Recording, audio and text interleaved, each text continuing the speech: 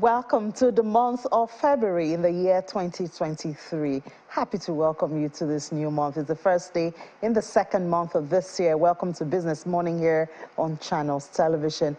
I'm Ini John Mekwa, and this is the third time we're doing this week, spending another 55 minutes having current and relevant business conversations. Now, we start off with the countdown. It's 9 days to the February 10th deadline set by the Central Bank of Nigeria to stop the usage of the old 1,500 and 200 Naira notes from being a legal tender. And a lot of things are going on around this, from people having to now buy the Naira to the controversy around the supply and circulation of the new Naira, and to even the accusation that some banks are keeping those Naira, the new Naira, for politicians and some other bigwigs and selling them. Saw a post on Twitter yesterday that said that somebody actually bought 1 million Naira or bought 700,000 Naira for 1 million Naira.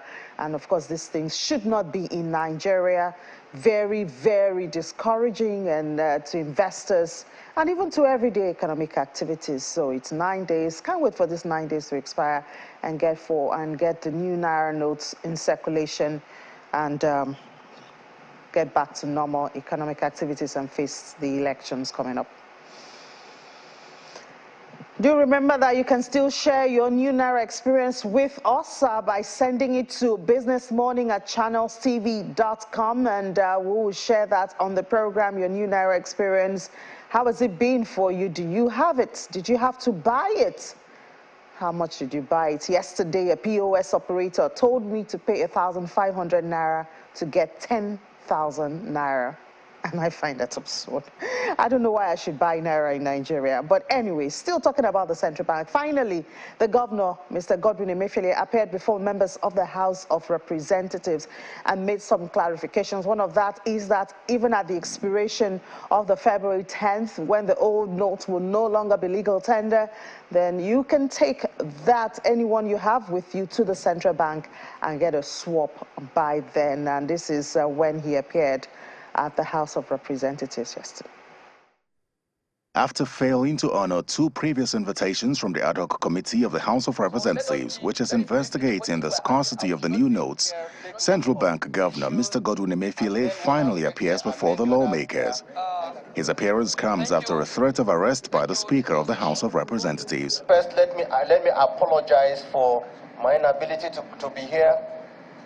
It was not intended to undermine your work, undermine the committee, neither is it intended to undermine the hallowed chambers of the House of Representatives. Mr. Emefiele reacts to the scarcity of the new notes after pausing over-the-counter withdrawals. I addressed the bankers on Sunday, and I expressed to them my disappointment, and in fact, disappointment of the President.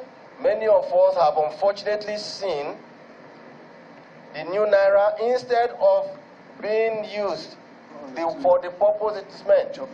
The new Naira is being used in parties, in celebrations.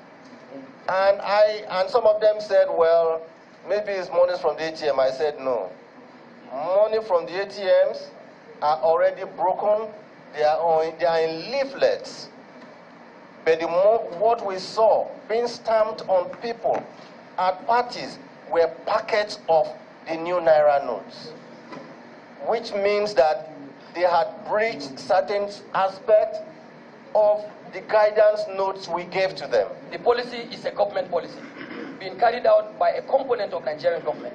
The institution here also is a component of the government, in fact, an arm of government.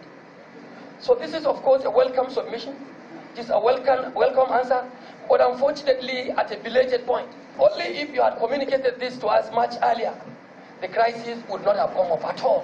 Nigerians would have gone home to sleep without any fear of let or hindrance. Perhaps the good news to many who are yet to deposit their old notes is Mr. Emefiele agreeing with Section 20, subsection 3 of the CBN Act. Subject to the content of the CBN Act, Section 20, subsection 3, which says, even after the old currency has lost its legal tender status, that we are mandated to collect those monies. And I stand with the House of Representatives on this. What does that mean? You would have lost its legal tender status, in which case we have moved on, but you have your money that you have not been able to send into the bank. We certainly will give you the opportunity to bring them back into the CBN and redeem it. Either you pay it in your bank account or you want to do exchange, we give you. You will not lose your money. That is the assurance I give to Nigeria. While members of the committee appeared dissatisfied with the explanation of the CBN governor on the scarcity of the new notes, they request for all records on the disbursement of the new notes, to which the Apex Bank agrees. Terry Ikumi, Channels Television News. All right, let's delve into that and some other issues with Kelvin Emmanuel, the Chief Executive Officer of Dairy Hills Limited. And for a change, Kelvin is in Lagos. Hi, Kelvin. We always have to see you, you know, from Abuja. But how has Lagos been? Hectic. Well, this is where the money is. So you can't get it easy. You have to hustle for it. So, I mean, that's where we are here. Early mornings, late nights. Yes. Yes. Well, it's good. It's good to be here. Good to have you here, Yes. Kelvin. So, we finally saw the CBN governor in the House. A lot of us thought that, you know, this wasn't going to happen. And, of course, there was that threat of arrest and things like that. But at the end of the day, I guess his appearance, has it made any difference to the situation? Because yesterday, I mean, somebody told me, a POS told me to pay 1,500 Naira to withdraw 10,000 Naira. So those are the issues on ground. Those are the realities that Nigerians are facing. Small businesses that need the little cash. Even transferring now, I guess the infrastructure is getting so much activity that using it now, there's so many truncated transactions at this time. Well, to be honest with you, I think the CBN is chasing shadows. There are important issues. It's like majoring on the minor. You have a situation where there are about 1.5 million POS terminals in Nigeria under the PTSP framework and the open banking framework. And currency hawking is actually illegal in the CBN Act. So him creating a black market for currency hawking shows you how irresponsible this whole process has been. Because there is nowhere in the world where you implement a Naira redesign to reissue new notes, and you do it within 90-day cycle, and you cause a frenzy that is actually a threat to national security. Also, if you notice that out of the 35 constitutional amendments that were sent in the 5th alteration to the Constitution of Nigeria, to the President for assent, that is not yet assented, that was ratified by 2/3 of the State House of Assemblies, one of those bills was on increasing the powers of legislative summons, which has been disregarded. And you notice that the Senate and the House has repeatedly invited the leadership of the Central Bank of Nigeria to come and explain to them why there is such a short period for this Naira redesign and reissue of new notes. They've also asked them, the Senate back in December asked the Central Bank to provide records on how ways and means were spent. That has not been provided until today. At the last sitting in January, the Senate adjourned until the 28th of February for the CBN to provide records. So for me, there are precedents that are negative for the future of Nigeria, for the government of Nigeria. And one is the disregard of the National Assembly. So you don't think that the conversations around helping curb vote buying, you know, is valid enough? There is nowhere in the CBN Act where vote buying, fighting illegal violation of campaign finance laws is stated. That is covered in sections 86 to sections 93 of the 2022 amendment of the Electoral Act. It's not within the purview of the Central Bank of Nigeria. The issue of fighting terrorism financing is covered in the act that establishes Nigerian Financial Intelligence Unit for 2018. It's not the work of the governor of the Central Bank. The question, when this discussion comes up, the question I usually like to ask is, in 2016 or 2017, the state security agencies discovered a stash of 43 million USD in Ikoyi called the Ikoyi Gate. The question I have for them is, how did they find it? Information. The EFCC also discovered $9.8 million in the house of the former group We managing have director of the we have the NNPC. whistleblowers policy that could have led to that. They have intelligence gathering. If you want to fight people who have hordes of cash in their house, why don't you deploy the wherewithal of the state security agents? Why is the CBN governor so concerned when he has inflation at 21.34% for core inflation? And the unofficial inflation numbers, in my opinion, are over 40%. This government is going to bequeath $171 billion in debt to whoever wins the elections next month, this February. Why is he so concerned about chasing shadows? There are issues, more important and critical issues affecting the lives of Nigerians on a daily basis. What do you think is the way out now? Because we are in it. I mean, I don't think any average Nigerian hasn't felt this. You have conversation with people, you don't have cash. They're queuing for PVC. I went out yesterday to the NGX, and right there, the ATM everywhere is full. Everybody is feeling it. How, from your perspective, can we get out of this? Because you go to the filling stations, you are pressured from that area. You are being told to buy petrol 300, 400, if at all it's available. The attendants are asking you to also tip them when you finish. In fact, they're compelling you to tip them when you finish. You know, after paying such a high price, then you don't even have the cash. And then you want to do a transaction, you get hooked. Some of the apps are not even working at this time. You know, it's so much pressure for Nigerians at this time. How do you think this will affect the elections? People's mind, you know, when they are voting and preparing for the election, so much pressure. Well, you know, the chairman of INEC had a meeting with CSO, he's going to have a meeting with NNPC, and he's been complaining about it. Yes, he did complain yesterday. Know, but I think it's time for Nigerians to understand that we can't, the reality is that petrol prices will never be below 200 Naira again. The Nigerian government is broke. With or without subsidy? Without subsidy. And with subsidy, because the government is struggling to pay the subsidy, and they don't want to admit that they don't have money. The 3.6 trillion Naira is somewhere around 15.5% of the 2022 budget. Number one, the government needs to admit to Nigerians that Nigerians do not consume 66 million liters of PMS daily. Number two, you have to phase out the removal of subsidy. Look, you have a situation where they can't pay, petrol is scarce, people are still wasting the precious time they should use in doing business to go queue for fuel. They need to phase out the removal of... There are areas in Nigeria where people are buying PMS for 800-900 Naira per liter. And you're saying you're paying subsidy. Petroleum Equalization Fund does not provide for subsidy for the distribution and logistics of petrol from the depots in Calabar and mostly Lagos to different parts of Nigeria. So why are you creating difficulty for Nigerians and still say that you're paying subsidy from the purse of the government when you don't have the money to pay? On the other hand, I absolutely believe, because Sections 23 of the CBN Act says that the CBN cannot embark on Naira redesign and reissue without giving reasonable and sufficient notice to the public. It's illegal. And this situation has created a nightmare for Sections 25 of the CBN Act that says that it's illegal for you to reject old Naira notes when the currency has not been outlawed. So I honestly feel it's time to ease out the stress of Nigerians. Come back to them and say, this has been a mistake, and that you're going to give a 6-month timeline within which you phase out the old Naira notes and supply the banks the new Naira notes, for Christ's sake.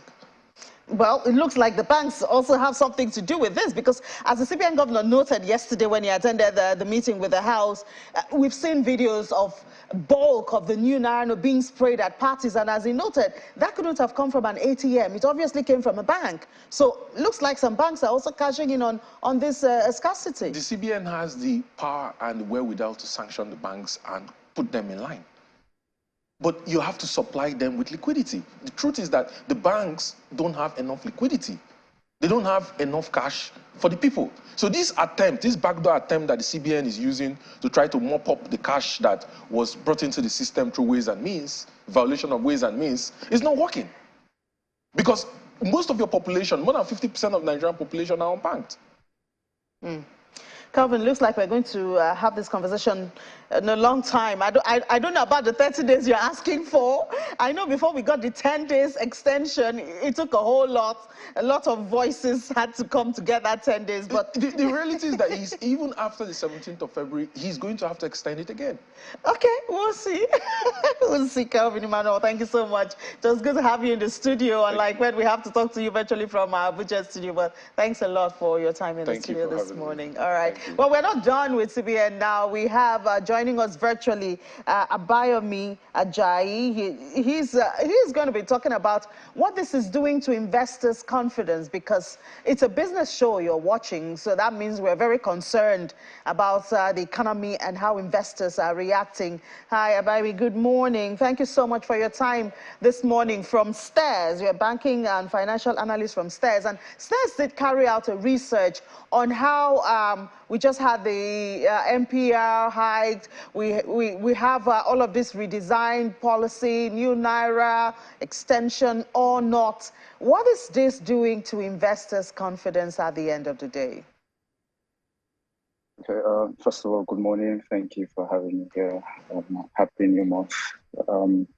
Right, so to jump into it, I think like you and Kevin just spoke about, right? Everything that we've been seeing is bad for the economists. It destroys investors' confidence in the economy, right? Because you see the CBN chasing different cashless policies at the same time, right? There's the Naira redesign, there was a withdrawal limits, then there's the domestic card scheme that just came out too, right? And it's sending all of this sends negative notions to foreign investors and just prevents them from bringing their money into the economy. We've seen that happen since 2020, right? Or even before 2020, before COVID hit us, foreign investors started leaving the capital markets from about 50% contribution in the equities markets. Right now, we're about 17%, right?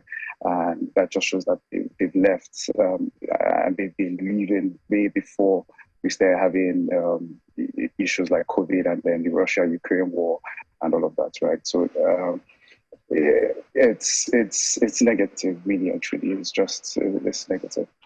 Okay, but can we say this is normal? Having a negative investors' confidence at this time, because of course we do have the election coming on, and we've heard how this mopping up is also a way to deal with vote buying and some of those things that could also reduce the integrity of our elections. So can we say it's just because of the elections these two shall pass? No, so I think the election adds extra uncertainty, right? So what we've seen, especially with this election, is that this is the first time in Nigeria's democratic history that there's a third first, there's a viable third first, right? So that's on its own, it's an uncertainty on its own, it's a factor to consider. But then you now add what the CBN is doing, right? Especially, and we've seen that the negative impact of that on the banking sector, right? So if you look at last year, 2022, even as the entire NGX was up about 20%, we saw the banking sector decline about 2%, right? And that just shows the negative impact of the CBN's policies and how people perceive the policies as more punitive than it is to help or to enable the economy. So how do we get out of this? How do we wait until after the election, perhaps, and then start putting some measures in place to win back the confidence? Our FDI now is not even something to be discussed. Or are there things that can be done even within or pre-elections? Election is in 24 days, that can actually make a change. Well, I think maybe better communication would help.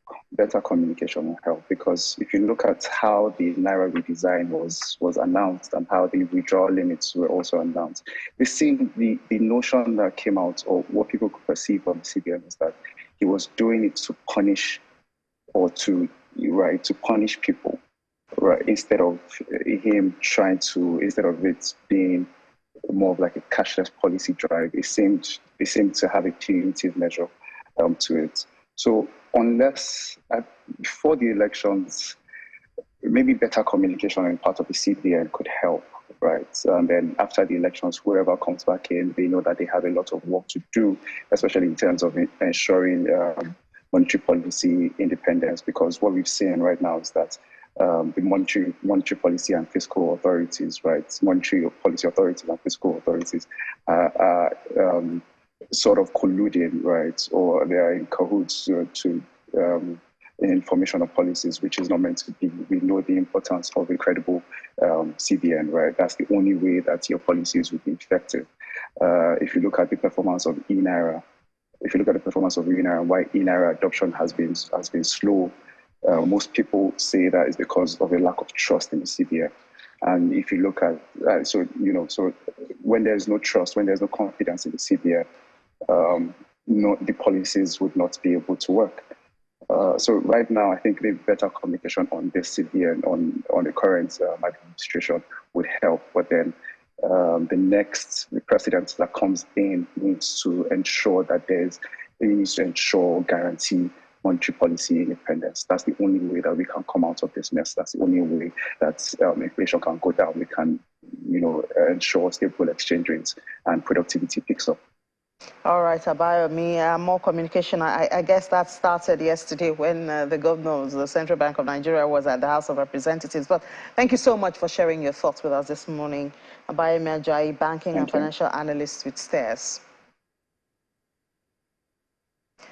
All right, so the conversation is going everywhere. There was this Leadership Awards for 2023 that was held in Abuja, and they had notable awardees there, contributors to Nigeria's economy, especially from the banking sector. On the sideline of that event, Channels Television met up with the Managing Director and Chief Executive Officer of Premium Trust Bank, on speaking to him on the boost that the award gives to the banks.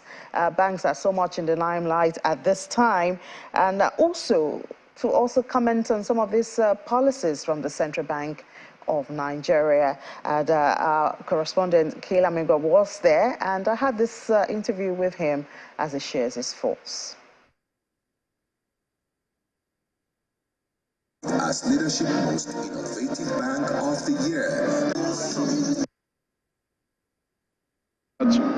With the cashless policy and all of the things, regulations that have come on, the digital platforms and the digital solutions that we've launched will go a long way to announce us effectively in the market. So for us, 2023 will actually be an exciting year. Well, I think if you go around, you will discover that all of our branches, we are dispensing via the ATMs 24/7. In all of the locations, yes, you can check that out. I also know, that the CBN policy is being pursued vigorously by all the banks, and so we are committed to it. The Bankers Committee is committed to it, and will ensure it succeeds, and that Nigerians should not get too worried. We are working hard to make sure that the new notes, will reach everyone, including those in the rural areas, and by the grace of God, the policy will certainly succeed.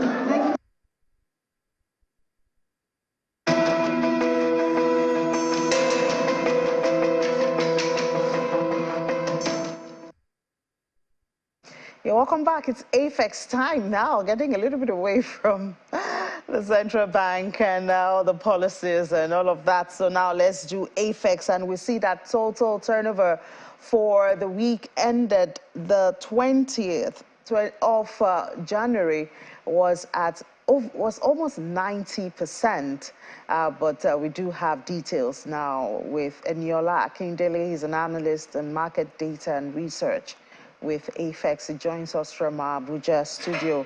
Eniola, good morning. So can we have the details of the trading for the week ended?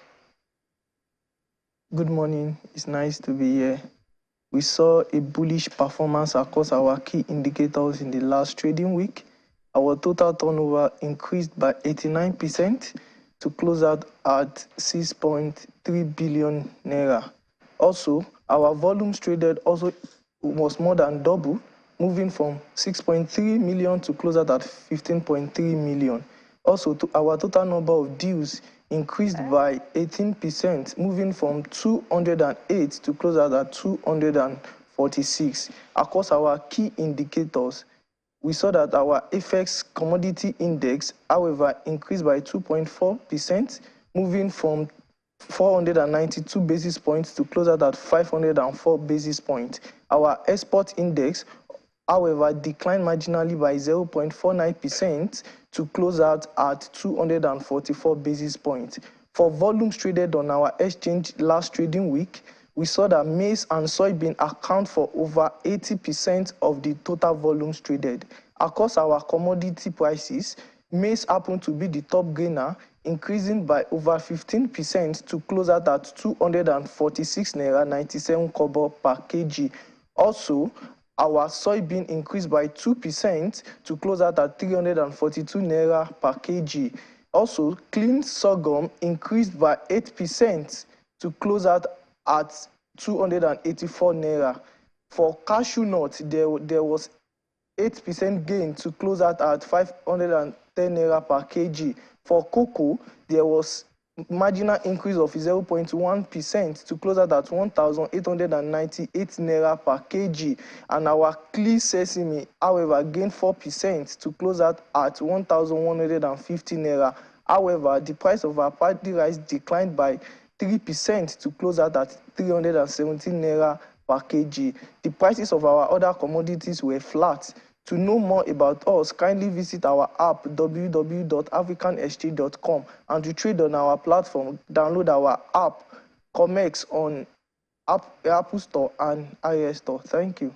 All right, Eniola Akindele, thank you so much for giving us details of that. So we're still staying with AFEX now, but let's see another side of the conversation, talking about strengthening Africa's food system. And we have joining us also from our Abuja studio, Yusuf Ogumbi. He heads sales operations with AFEX. And we do know that the shift in global commodity market has exposed the vulnerability in Nigeria's food system. According to a report that was released, there's a growing imbalance between food supply and demand of the growing population, putting upward pressure on prices, which we have seen and felt. The issue of inflation, food inflation, is right there staring us in our faces. And developing a holistic approach to mitigate food insecurity and improve the shocks to climate change is a priority, especially for AFEX. That's why we have Yusuf Ogumbi. Good morning. Thank you so much for joining us this morning. Let's just get into it. From this report that we have, we see that Nigeria's inflation number seems to be on a steady rise in the past 2 years, even though we had that, little break in December. One of the chief contributors, obviously, being food. How do you think that AFEX can help bridge some of those infrastructural gaps plaguing the agricultural sector? Yeah, good morning, and nice to be here again. I think we've said this time and time again. Bridging this gap in the infrastructure is not a one-man activity, not just something AFEX can achieve in and of by itself. I think it's something that we all have to work together to achieve. AFEX, yes, we continue to participate in this space and continue to contribute our quota.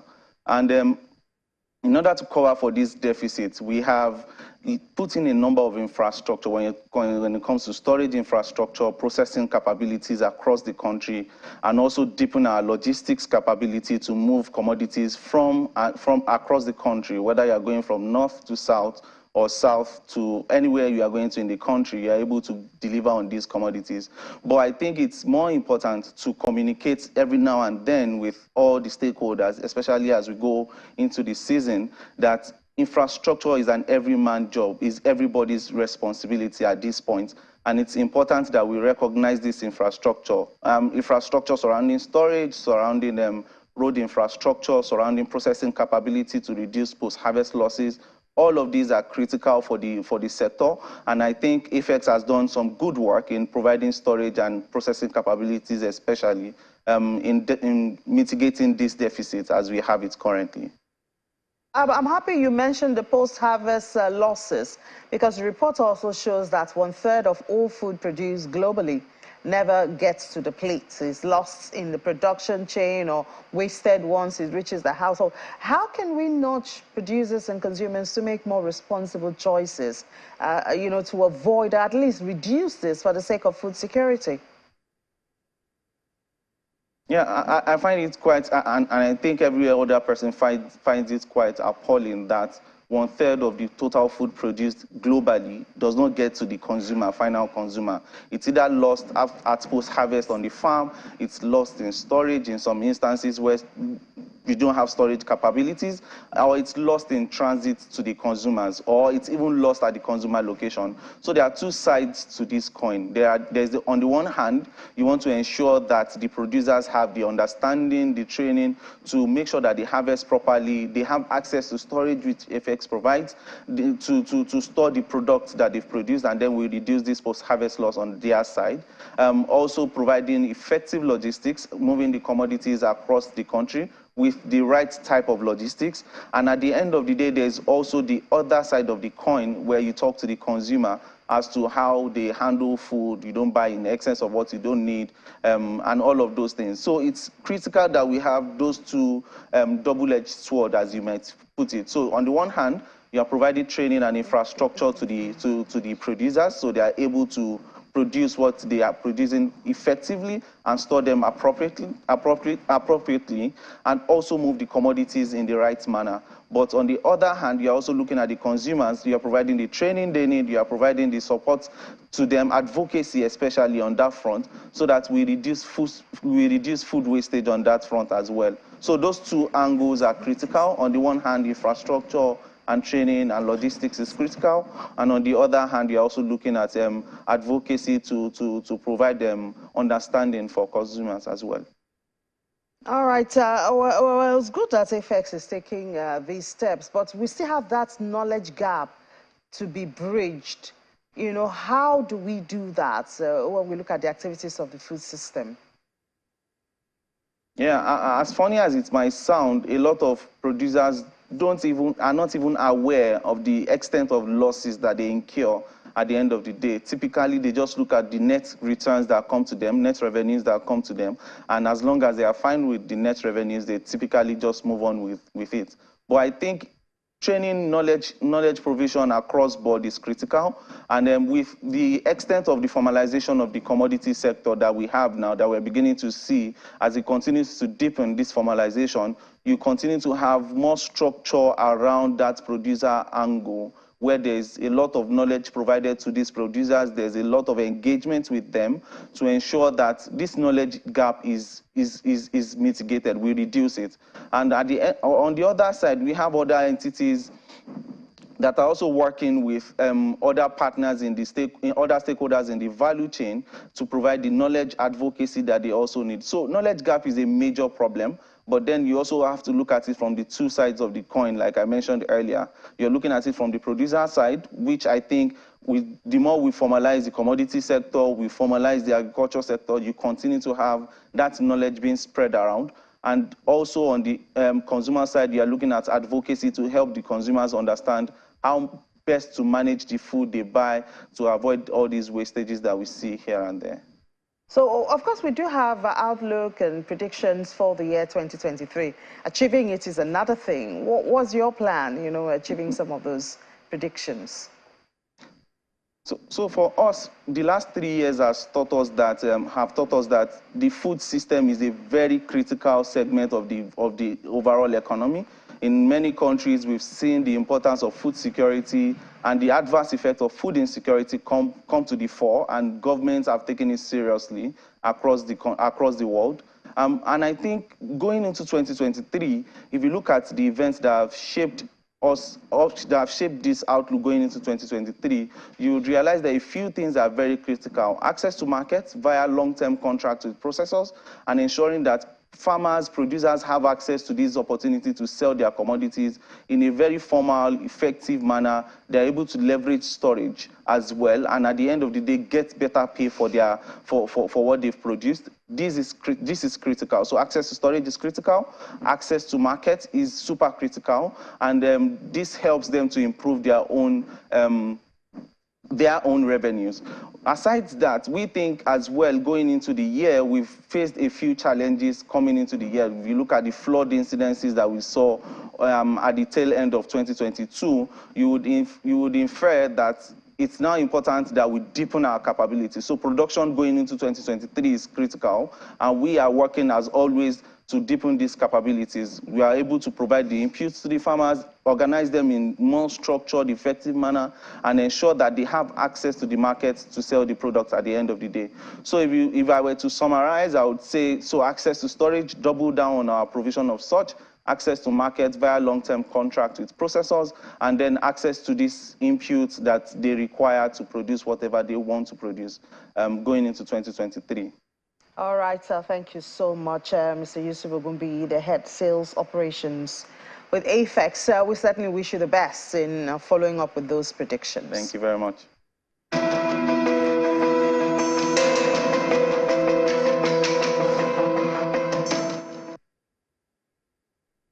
From the AFEX market to the money market, and Will Ibong is here. Hi, Will. Good morning, Amy. Good morning. So we just hear about we're talking about access, and then we see investors. I was speaking to an analyst yesterday on Business Corporate, and he said, well, trading is still happening on the equities market. There's no downside with apps. So they're still having the volume that they require to, to scale through. And I think that's happening because we saw a lot of volume yesterday, especially compared to what we had on Monday.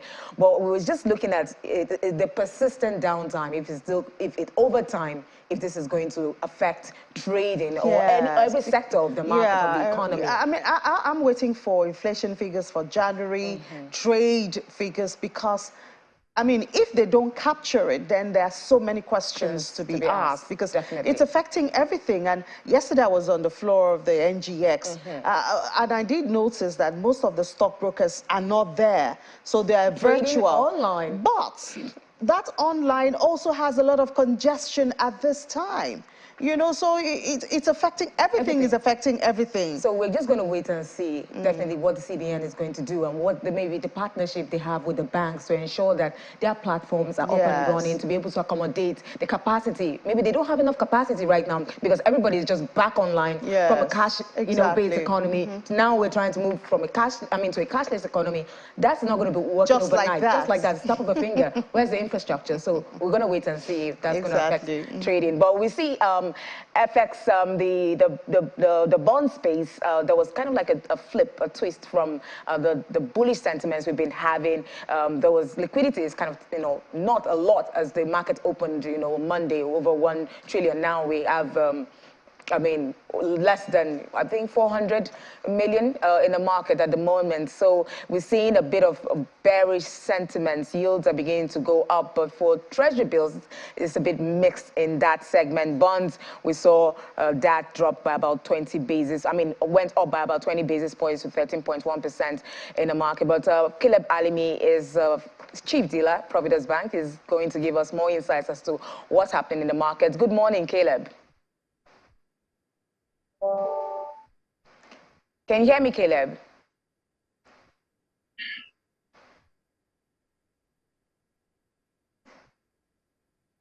So we're just going to move forward. We saw that if you look at the treasury, the equities market yesterday, we saw that, we just go quickly flip to the equities market. We saw it's closing 0.15% up in yesterday's trading session. Moving closer now, we're still at the 53 trillion, we've still at the 53K level, but we're moving closer to 54,000 at the moment.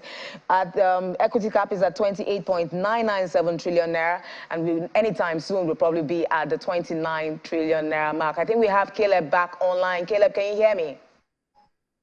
Loud and clear. Okay, good morning. Caleb, we're just talking about the liquidity in the fixed income space and how that's probably affecting yields. But we want you to share what's really driving the mixed performance in the T-bills, that's the treasury bill segment, and the bonds. We're seeing that yields are going up there. Okay, so market is a bit fragmented at the moment, where you have treasury bills trading at very, very low yields, and you find a bit of bullish sentiment in the treasury bill space. However, in the bonds market, bond yields are much higher. Our market continues to demand higher rates. And the fragmentation is largely due to different strategies by banks to avoid excessive CRR rates from the regulator. We have on the treasury bill space, the longest instrument is 1 year paper. So you have banks actually going to file cash into that space. However, for the fixed for the bonds market, that's more longer term debt. Market expects much higher rates given the borrowing structure or borrowing demand, borrowing need of the federal government this year. The budget deficit is much higher than that of last year, and so to fund that, market demands higher rates for that. So you're saying, is there a bit of caution in the market at the moment for the bonds from the market players? Are they being cautious? Well, you could say that in a way, in the sense that market seems to demand higher rates. So you could say there's a bit of caution there. So demand is, in the secondary market, demand is not so strong. However, at the last bond auction, we did see very, very strong, strong demand at the last bond auction. You can see from what you explained, the total bids about 805 billion for just 360 billion offer, and DMO took that opportunity to sell almost twice the amount they had on offer, about 662 billion.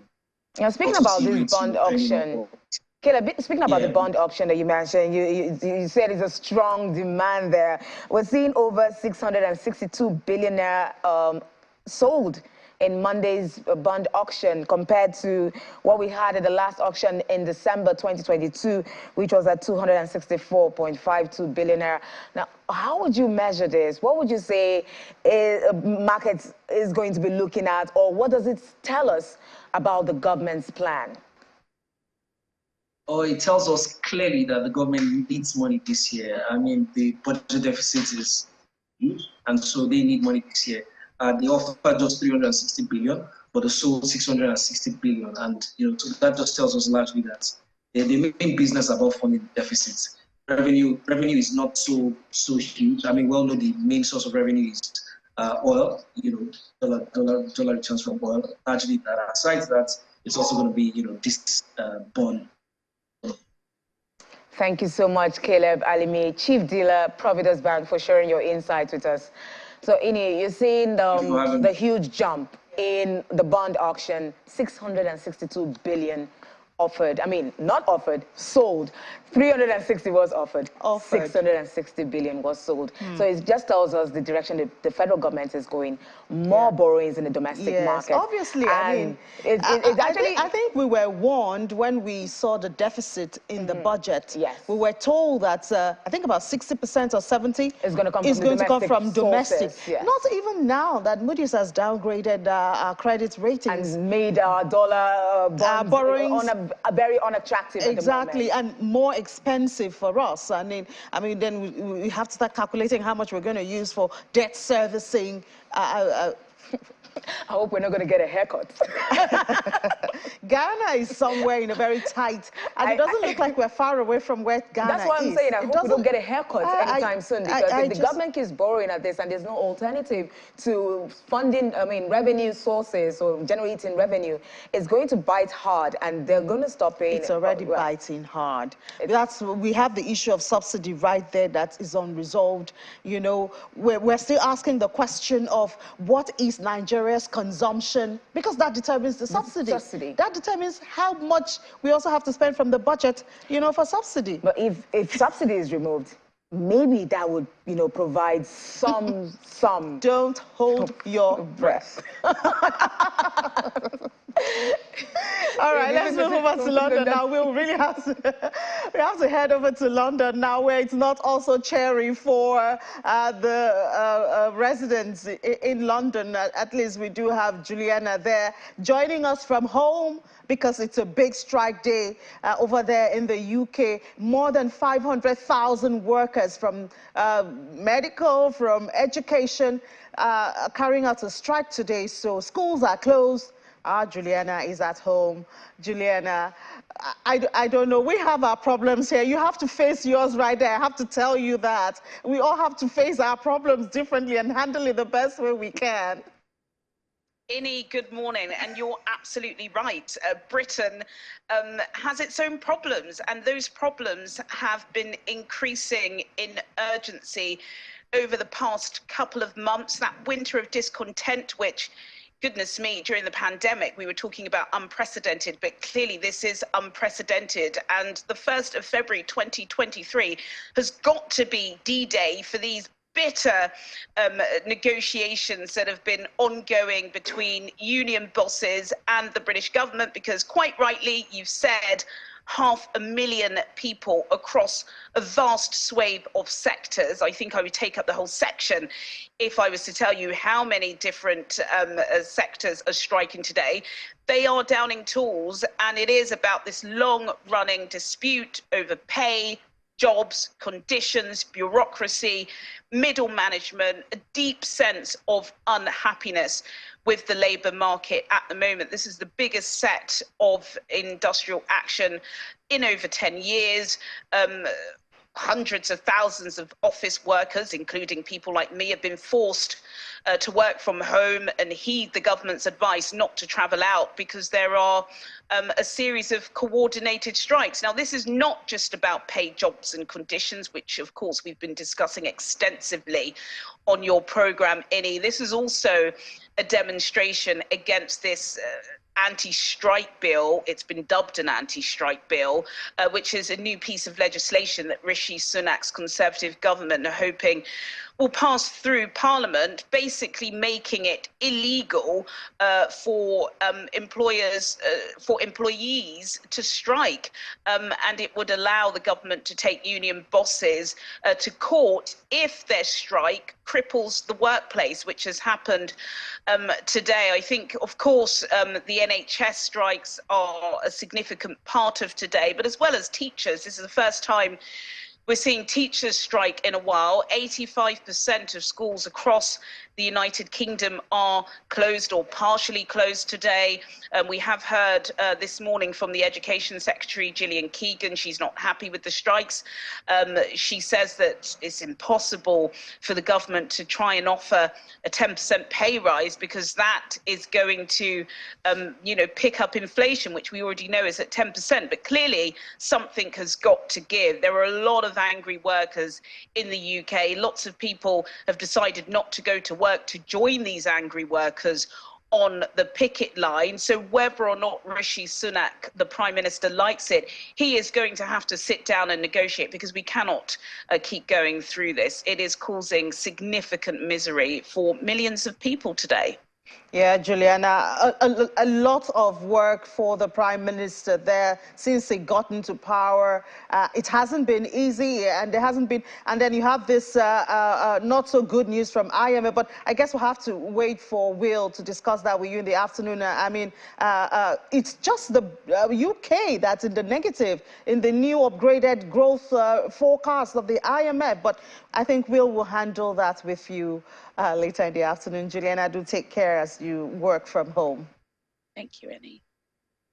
All right, I don't know if Ladi has good news. We do need some good news on the show this morning. It's not. Yeah. Ladi, I hope you. I hope. Okay, yeah. I see greed. I see greed. Okay, yes. That's some good news. That's some good news. Yeah, we need to end the show on a good note. Yeah, and hope for tomorrow. Yeah, even though there's still caution in this market, but I'll give you greed for okay. Good notes. I'll take it. Yes, 56 points. That's what we have this morning. Obviously, this market plagued with extreme fear for the longest time of 2022. We're beginning to see greed at this point. Now, let's look at the market cap. $1.05 trillion, that's up 1.09%, even though we had that pullback yesterday with Bitcoin. But we saw a big rebound back above that 23K level, but still below that. Volume traded down 20.06%. We see Bitcoin dominance still inching up gradually, 42.43%. Let's look at the price of Bitcoin this morning, $23,105. This hour is below that at this point. Now it's up 1.78%. Volume traded $22.33 billion. Being seen more volume in the mornings this time with Bitcoin, trying to break a lot of resistance this time. Let's look at the price of Ethereum. That's trading at $1,579. Up 0.87%, and less volume than what we're used to, $6.15 billion for Ethereum. Let's look at the top odds by market cap. Is all green, with Binance token there still maintaining that $300 level. XRP trying to break above 40 cents. Up 2.77%. We see Matic, that's had a good run recently. It's up 1.51%. But the biggest mover on the top odds by market cap this morning, we see is Cardano, 38 cents. That's up 3.80%. So obviously, we're seeing some, green in the markets, but there's still a lot of caution because today the Fed's going to give us the rate hike for the first rate hike. That's 25 basis points as expected, globally. But investors still want to know what's going to happen next after this 25 basis points. So that's why we're seeing caution in most of these markets. Let's bring in Rume Ofi now, financial market analyst. Hello, Rume. Good morning. Good morning, Ladi. Good morning. Good morning. Great to have you, Rume. Happy new month. And again, Elon Musk back in the news. He has this crypto payment master plan he's working on, and we're seeing Dogecoin already react to that. Tell us about this. So Elon Musk, is the owner of Twitter and actually other products like Starlink, and the car Tesla. He also bought Bitcoin at some point. I think what he's actually going after with the doggy coin, right, is the fact that he wants payment to go through all of. He's actually said it before, but there's also this news that came up that he hasn't have any plan to buy Bitcoin right now, and he hasn't actually sold a huge percentage Q4. So it's all around payments, right? The blue sticker is actually here for Twitter, where people get verified and there has to be some kind of payment, So it's just people taking advantage of all of these to speculate on Dogecoin. A lot of work is still being done in Dogecoin, right? There's also a news some few days ago about Doge moving to proof of stake, right, rather than proof of work. So all of these things that are going on around the Doge ecosystem. But if you ask me, I think one want to concern himself with some other good products. Yeah. Obviously, Elon Musk, always in the news for this crypto market. But, I know the UK is going through a lot, right now, but they are putting together regulation for the crypto industry. What is it going to look like, even though they're having to deal with other matters at this time? So the UK have actually prided itself to be a country that wants to see themselves become the crypto hub of the world. And now having a prime minister, Rishi Sunak, which is a crypto-friendly leader, makes a whole lot of sense. There have been issues around a lot of companies, very popular one, FTX demise. So these guys are coming to put structures, proposals. I think on Tuesday there was this consultation that was made by government.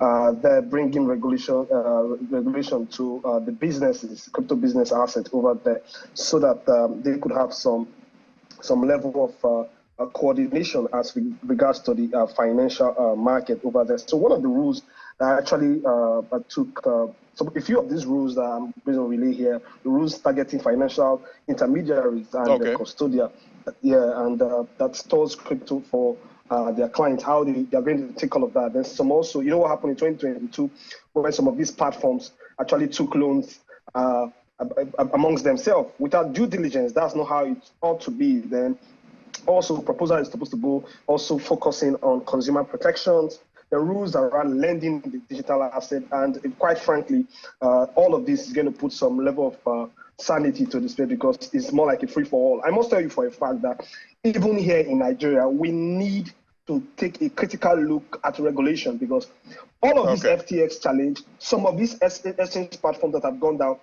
a lot of Nigerians lost money.